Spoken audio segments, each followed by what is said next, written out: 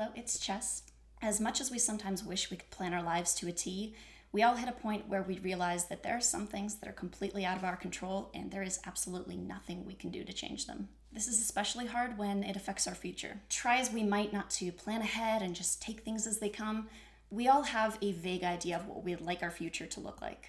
And sometimes we may not even realize we had that expectation until it doesn't happen. We have to keep us moving forward from day to day and give us some vague sense of direction for our lives. When we don't consider the future, we make impulsive or poorly executed decisions. But sometimes life sneaks up to say, and something happens that shatters our image of our imagined future. We have to let go of this idea of what we thought our life would be. Maybe this future was that you could naturally have children, or that you'd have a full career as a dancer. Maybe it's that you could travel to visit your family and friends safely. All of us have collectively experienced this loss of what our lives should have been this past year, and left us wondering what our lives are going to look like in the future. Though this is something pretty much everyone is going to experience in their lives, so few of us actually allow ourselves the space to grieve the future that we imagined. On a personal anecdote, I was diagnosed with a chronic illness as a teenager.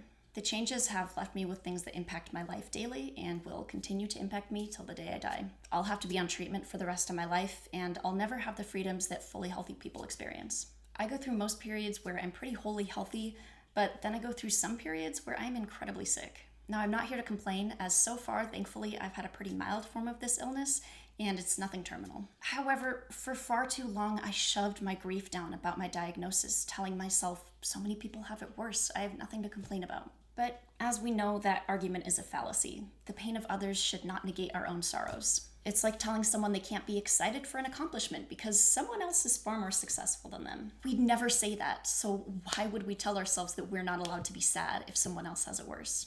There's a pretty well-known essay you may have read called Welcome to Holland that's particularly circulated in the therapeutic world. It was written by a woman who unexpectedly gave birth to a child with disabilities and creates a metaphor to help others in similar situations cope with these changes. She compares the loss of your imagined plans as spending a lifetime planning a big trip to Italy. So you finally head out for your trip, but once you land, someone tells you that you're in Holland, not Italy, and now you have to stay here.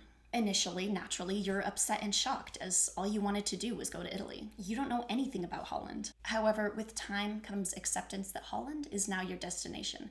So you buy new guidebooks, learn the language, and try and notice its beauty. And you'll continue to hear others brag about Italy's beauty, and you'll always feel a little bit of a stab because that was where you planned to go. She says the pain of that will never, ever, ever go away because the loss of that dream is a very, very significant loss. And yet, you must learn to coexist with this mourning if you ever want to open your eyes to the beauty of Holland. Now, hearing or sharing this essay with someone in an initial period of grief can feel like shit. You don't want to accept things. You don't want someone to tell you that everything's going to be okay. You just want to grieve. And I now believe that allowing yourself full and proper grief is the only way to move forwards. For a long time, I just shoved down my grief about my illness and went numb instead. And to no one's surprise, it manifested years later in various forms. And so I've spent a lot of time in therapy processing through the grief that I never allowed myself to. We often so badly want to pretend like we're flexible and pliable and changes in our plan are just a grain of salt. But even if we feel like we're okay, it never hurts to allow ourselves a moment of frustration for the things that will never be. Emotions are not, in fact, the scary and dangerous thing we make them out to be. They're really useful tools to help us process and understand our experiences. So don't be afraid to really process and grieve unmet expectations you held about your life. Conscious or not, we all have some idea of which way we'd like our life to go. And as of course we know, our best laid plans oft go awry. Even expectations that you deem as small, don't be afraid to cry and scream and feel hurt that things didn't work out the way you hoped. But the important thing is that you're using these expressions in order to move forwards, not get stuck in agony forever. And we don't always have to fully let go of our pain in order to move forwards. Often it can sit in the back of our mind as a reminder to sympathize with others, to let go of expectations, or just to enjoy the things that life hands us. And remember that you're not alone. Holland is full of plenty of other people who tried to get to Italy if you just ask around.